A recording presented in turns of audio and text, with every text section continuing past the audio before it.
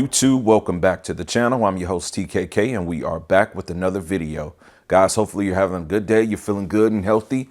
Me personally, I'm motivated. I'm off today from work and we're going to be doing some YouTube work. So today I would like to make this video, and the point that I'm coming from is going to be talking about the Sony lineup of TVs. Well, not their full lineup, but specifically the A95L. I want to take a little bit of time within this video to kind of talk to you about my experience with the A95K. That is the 2022 Quantum Dot OLED from them.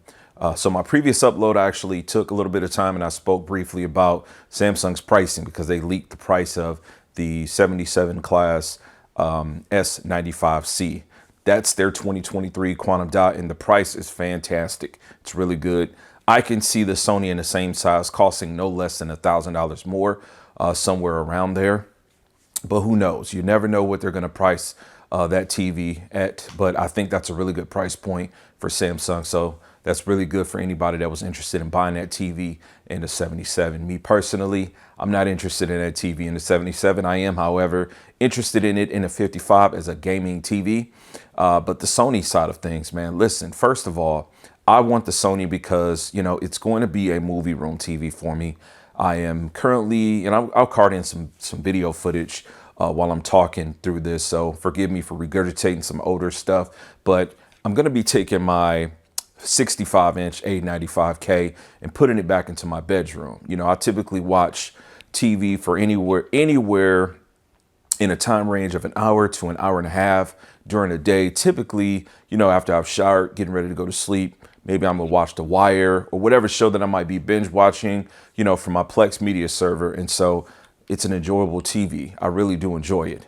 I found myself wanting to recreate my living room space and taking it away from being the man cave that it is, because I don't get to spend the proper time with my children in this area. And so I'm sacrificing this large area that I have, but I'm also going to get us a bigger TV, a better TV. This hopefully is going to be the A95L, right? So 77-inch, I'm going to have the widespread TV's actually going to be behind me, where I've got this Street Fighter character select screen backdrop. It's going to be on this wall, and I'll be sitting far back on the other end from it. My sweet spot's going to be about 15, you know, I like to call it a basketball rim and a half away from it. And so it's going to be amazing, just great picture quality, large size. That's my reason. I want the best picture quality. Guys, when you think about Sony, you think about film, you think about production. This is a company that's been in the industry of production and film for literally a lifetime and then some, right? And so the one thing that you can trust within the company is that it's going to be their focus. Now, whether they execute or not, but their focus is going to be to get you as close to cinematic reference as possible. And I'm a firm believer of that, guys. I took a lot of years off from buying anything from Sony just because it doesn't always equate to being a better TV. Now, let me be completely transparent, and in no way am I trying to offend anybody, but this is just my opinion. Personally, I think that Samsung is the greatest TV manufacturing company of all time. That is my opinion. And I say that for many of reasons. Number one, they provide the most variety. Number two, they seem to have their hands always in everything, right? Whether or not they, you know, publicly will speak to whatever the logic might be, right? As an OLED being the best type of panel display you can have, doesn't matter. The fact is they had their hands on OLEDs 11 years ago, back in 2012 with their 1080p model. And 10 years later, which was last year, they jumped right back into the consumer grade OLED TV panels again with the S95B, which, by the way, was an amazing panel. I had it day one, day zero, technically.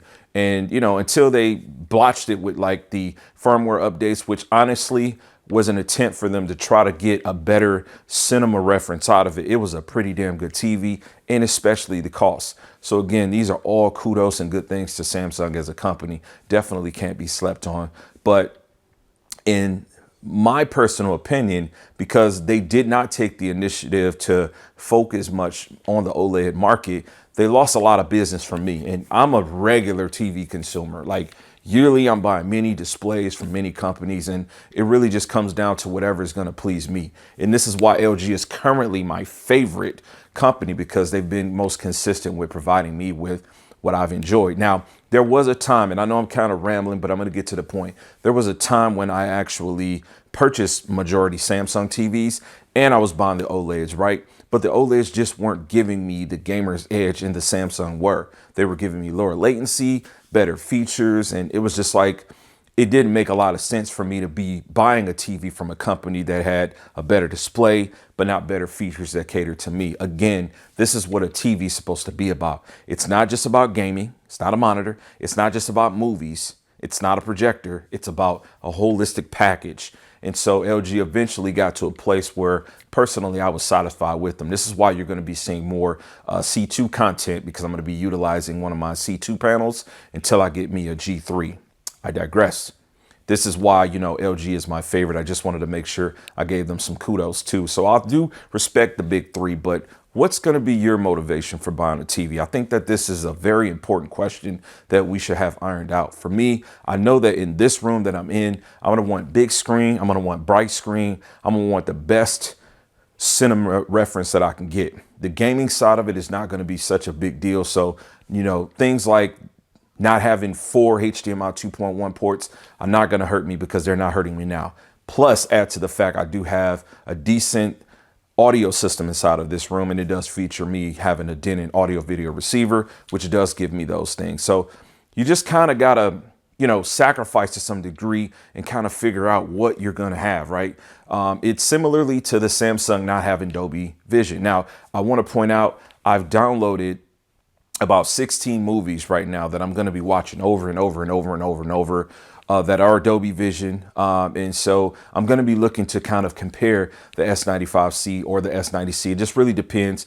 Once I can get a confirm that the 55 S95C is going to be a thing, then great. Right now, I'm not seeing confirmations official from that, but once I can see that, then I know for sure that's the TV I'm going to be going with. And I know that they don't have Dolby Vision. So I'm interested in myself bringing some type of comparisons to the channel from a, verbal perspective of, what my thoughts are with that content versus that not being there, because they refuse to pay whatever fee or whatever situation that needs to be there for that, which I think also helps with them keeping the cost down of the TV.